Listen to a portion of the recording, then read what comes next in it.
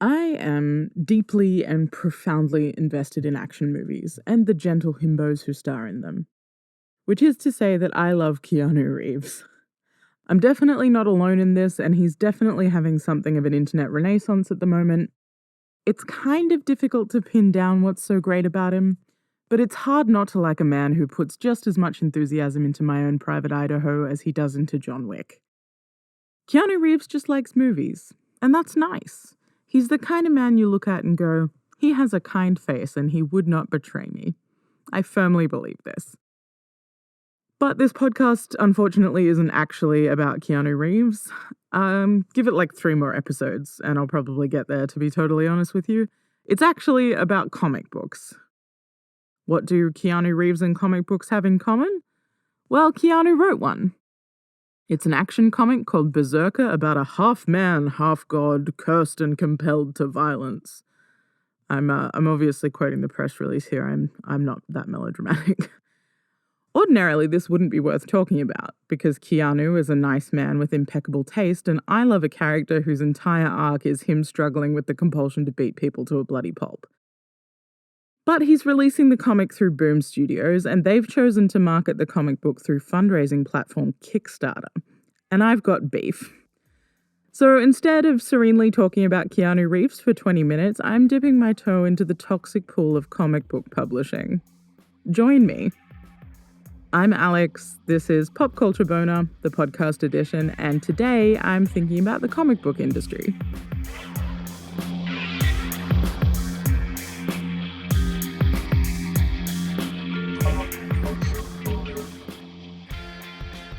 Okay, so this episode is probably a little bit more complicated than I initially let on, and I'm going to be covering a little bit more than comic books. A lot's going on this week, but it was hard to fit it into one punchy, this is what we're doing sentence without just making that sentence. Today I'm thinking about the death roll of capitalism, which is a lot less fun, and I don't know if we can technically accuse an economic system of being popular culture in the way that we articulate it on this podcast, even if it is ruining your life and mine.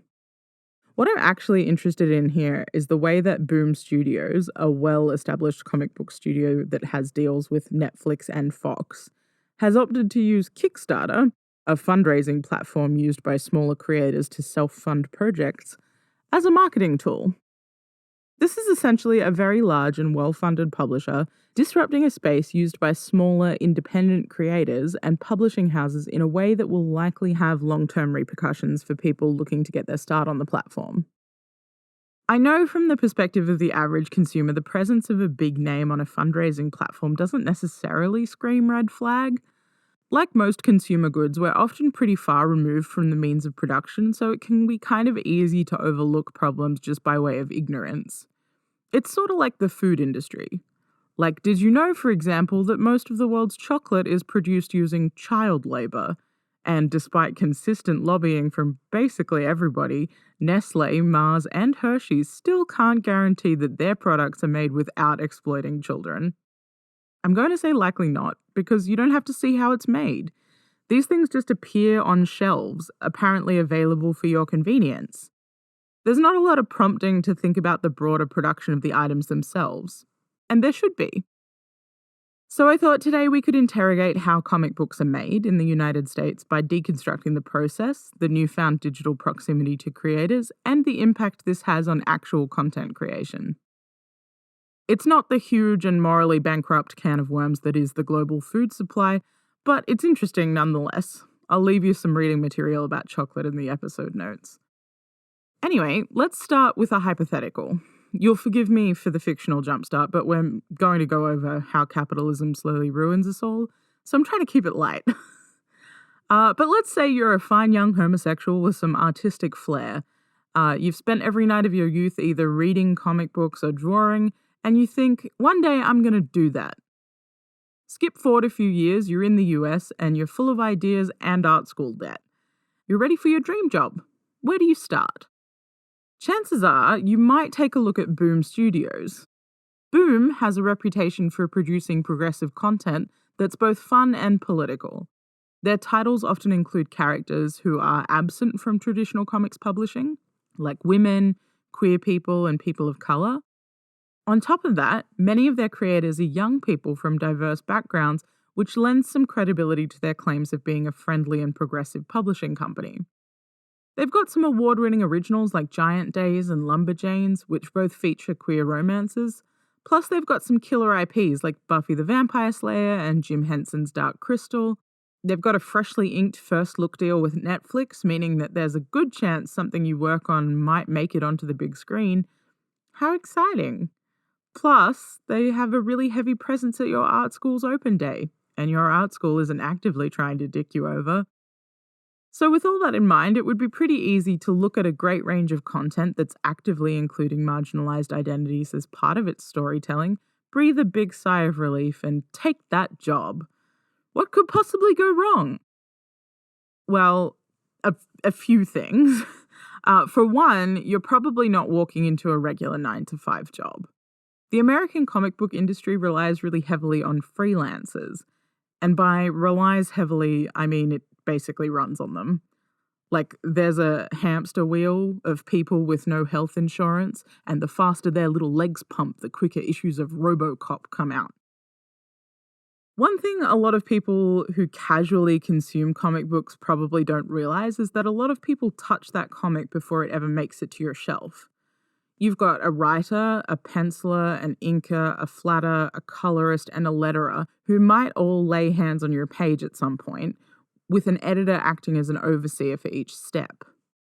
Sometimes people will wear more than one hat. A colorist might do their own flats, for example, or an inker might do their own letters.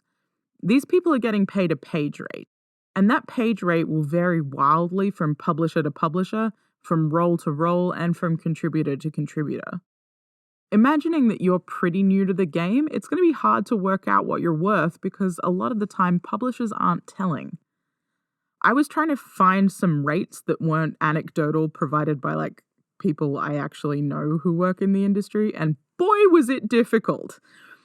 I did manage to find a list from Creator Resource from 2017 that had some survey data, and some of the lowest rates on there sat with Boom Studios, who at their lowest were offering $10 a page for lettering and $25 a page for scripts and colors. The survey also asked for feedback on difficult publishers to work with, and Boom formed the bulk of it. Some of my favorite pieces of feedback included they don't pay well on time or sometimes at all, and at all costs avoid working with Boom Studios. If you're outside of the industry, a page rate probably doesn't seem too bad if you apply gig economy logic to it. The sky's the limit if you're working fast and hard enough. But as with all work, and with all sensible rebuttals of the gig economy logic, these things take time to produce. If we take inks, which on Boom's page rate were $20 a pop, and we factor in the time, let's say 2 hours if you're working fast and 4 if you're working slow, you end up with between $5 and $10 an hour. The federal minimum wage in the US is $7.25. So you're either scraping over the top there or you're significantly under, depending on how quickly you can burn through pages. And Boom will ask you to burn. You can try and negotiate something higher, but you're freelance in a pretty competitive creative industry. This is a lot of people's dream job. So you can be dropped without notice, and there's likely 300 other recent grads who spent their formative years also reading comics, clamoring to get their foot in the door of their dream progressive company. But hey, you're young, and it's your dream job, right? You can probably handle low wages for a bit because Boom is definitely the right fit for you. It's nice and progressive and committed to inclusive storytelling. What's that saying on all those stupid motivational posters? Do what you love and you'll never work a day in your life. It's freelance, so you've got some flexibility. You can work on multiple projects at a time. Sometimes you might even work on something that has huge sentimental value to you. You get to be part of something. Now, assuming you aren't burned out by the brutal deadlines that monthly comics demand, or starving to death by being paid below minimum wage for most of your work, let's just say you keep up your passion for comic books and you finally get to pitch your idea and Boom Studios likes it. A big step up for you. You get to tell the stories you want to the audience you want, and you're fully supported by a company that gets you. Nothing to worry about there, obviously. Well, look, some things to worry about, probably. One of the hardest things to nail down about Boom is its approach to intellectual properties, or IPs, and reproduction rights. Not abortions, like the right to reprint, that you get it. Anyway, a quick glance across the comics side of Twitter reveals a lot of anecdotal information from creators that indicated that their contracts were often extremely aggressive. But specific information in reporting was hard to come by, as it is with almost all big business dealings. I did note from an article in Deadline about Boom's deal with Fox, it says, and I'm quoting here, as opposed to Dark Horse or Image Comics, where the creators own the IP, Boom and the creators both own the property and work with the creators to establish and sell feature and TV rights. It's called a cooperative shared ownership of the content they publish. Which sounds suitably friendly until you hear CEO and founder Ross Ritchie's take on it. In a statement surrounding the recent Netflix deal, he said, Boom's unique partnership model of controlling the media rights to our library benefits creators by positioning them to be packaged with high-end directors, screenwriters, and producers. Which sounds a little bit less like a partnership and a little bit more like a giant publisher with the largest library of comic IPs outside of DC or Marvel, having some very specific thoughts about how and where they would like to reproduce the work you've done and how happy you should be about it. You might notice I've referenced anecdotal evidence a lot throughout this episode. That's because Boom's behavior, that's low page rates, harsh deadlines, and aggressive contracts, have been something of an industry open secret for years. Every now and then, a well-established creator or someone who's just so burned out that they have nothing to lose will see Boom do something, and it will spark an impassioned plea to be mindful of working with Boom and to know your worth. These threads are all over Twitter, some from huge verified creators who still work in the industry, and some from smaller, independent creators who gave themselves such bad RSI trying to turn out 25 pages in a weekend to meet Boom's deadline that they're still trying to recover an interest in drawing years down the track. You might have also noticed that I'm strategically avoiding directly quoting anyone's Twitter. I mentioned that complaints about wages and working conditions often go unmentioned because of the precarious nature of freelance work and the competitive nature of creative industries. That's part of the reason that I've skipped on it, but the second reason is that if you look at the replies to any of these threads, while many of them reiterate the same complaints and offer sympathy, there's often almost an equal amount of replies telling the creator to go and die in a fire. That's because the comics industry has its own version of Gamergate. It's called Comicsgate, in case anyone was wondering how creative a bunch of self-identified geeks coming together to be mad online could be. I don't want to give it too much space, but essentially it's a campaign against diversity in American comics.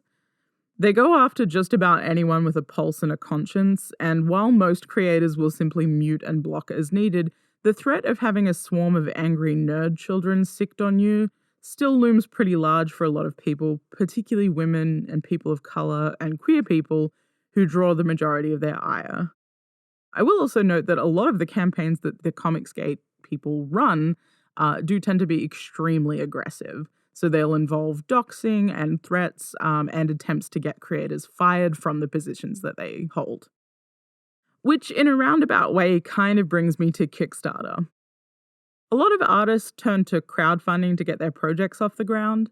Assuming that our hypothetical hero avoided Boom entirely, or at least managed to survive the burnout enough to run their own project, Kickstarter has an extremely engaged and well-established comics community.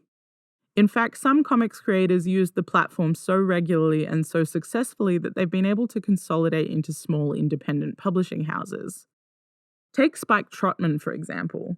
She raised over $1 million over her first 14 Kickstarter campaigns and was able to fund her own small press publishing company, Iron Circus Comics. She's actually been so successful on the platform that Kickstarter has said that her model has completely reshaped the comics small press and jump-started a renaissance of alternative comics anthologies.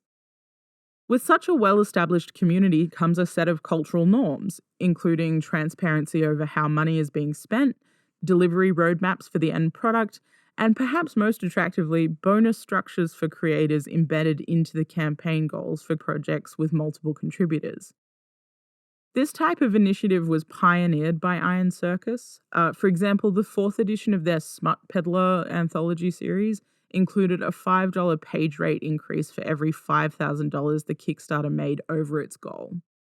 It made 106,000 Australian dollars on a $20,000 goal. That's a pretty significant bump for all of the creators involved. Now, you would think joining a thriving independent creator community on an entirely separate technology platform, you might be able to avoid the perils of a big publisher like Boom, and if you're lucky, maybe even avoid the rage of Comicsgate dweebs. You would be wrong. In September, Boom announced that they would be running a Kickstarter campaign for Berserker, the debut comic from Keanu Reeves. When asked why Boom was taking to Kickstarter to release the comic books, Ross Ritchie said, "We're not kickstarting Berserker. We're not raising money. We've got the money for it. The idea then is to combine Kickstarter's reach and ease of use, as well as its huge user base of non-comics readers, to create content that will ideally drive new readers into comic shops." Effectively, they're offering the opportunity to pre-order the comic in different collector's editions, but through Kickstarter. Rewards-wise, buy-ins start at $50, and if you chuck in $2,500, you can be written into an issue. As of the 8th of September, the Kickstarter is sitting at over 900,000 Australian dollars, which is well over its $70,000 goal. So all that sounds pretty harmless, right? Like, sure, Ritchie's reasoning is a bunch of coked out marketing strategy buzzwords about bricks and mortar retail and utilizing digital reach to build an audience or whatever. But that doesn't mean it's bad strategy necessarily, does it? Look, setting aside the fact that it is actually cocaine logic to propose that allowing people to pre-order a book almost 2 years in advance will somehow drive them into the comic book shops you're intending to release individual issues into anyway, it is actually a strategy that has the potential to do harm to smaller creators. When I saw the news about this campaign, I instantly saw parallels between this and the recent controversy surrounding OnlyFans, which is a technology subscription platform used primarily by sex workers, and actress Bella Thorne. If you haven't seen this story, Thorne recently set up an OnlyFans account where she promised to post nudes for the bargain price of $200 a pop. Having made $1 million in a day, she posted some photos that decidedly weren't nudes and then noped out of the platform entirely. Outraged fans immediately demanded their money back. As this was happening, OnlyFans announced changes which would cap the size of the tips that people could leave for workers and performers on the platform, combined with changes that meant that creators went from receiving weekly payouts to monthly payouts. It was speculated that this was a result of the platform having to provide such a significant volume of refunds in one go, and the platform's strategy to prevent this from happening again in the future. This has a real and tangible outcome both on the livelihood of creators and the types of content they're able to create. Boom being on Kickstarter is unlikely to have such an immediate and drastic ramification, but having large content creators on the site is likely to have long-term impacts on the culture. Because Boom is effectively using Kickstarter as a sales platform they didn't want to build and a marketing campaign that they didn't want to pay for, they've disregarded all of the cultural norms that come with posting a campaign on Kickstarter. There's no transparency around how the money being pledged will be spent. They're going to charge you extra for shipping after your pledge, but they can't tell you how much. There's no delivery roadmap for when people will receive the product, short of some vague waves of production and a notice that Boom makes 98% of their comics on time. And more importantly, there's no bonus structure for creators. So the hamster wheel of freelancers is going to keep churning away when the deadlines for the project inevitably get away from the main creators involved. But none of that almost $1 million that's been raised is going to those people. Actually, we have almost no idea where it's going because they haven't really specified. And on top of that, the fact that creators have actually spoken out against this strategy has sent a wave of Comicsgate kids to the site where they've deliberately been throwing money at the campaign because smaller creators from marginalized groups have complained. I think the logic is supposed to be some kind of fuck you to critics of the scheme, but I don't speak corporate bootlicker, so I'm not sure. Anyway, if people are going to Kickstarter to spend spite money, they're less likely to be going there to fund the kind of projects that the platform is actually designed for. And that's ultimately the problem. If Kickstarter suddenly becomes a marketing platform for big brands who don't want to pay to market their products, it's going to eventually shift small-time creators off the platform. They might not have nowhere to go given the proliferation of other digital fundraising platforms, but it will require the re-establishment of the types of community standards that have taken years to build on the platform. And that's likely to harm both creators and consumers.